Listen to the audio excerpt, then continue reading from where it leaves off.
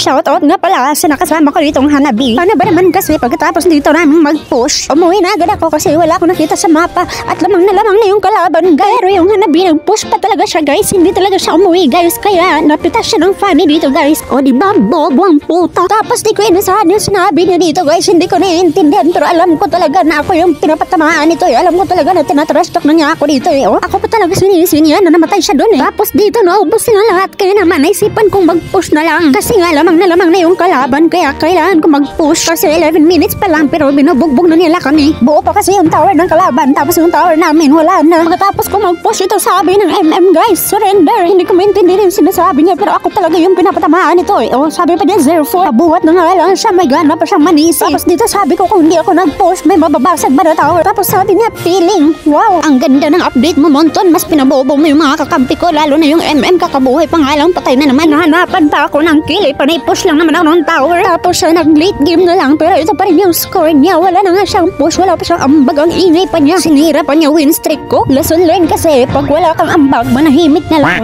O diba, chocolate, kainin mo yung chocolate mo Hanabi, saksak mo sa baga mo.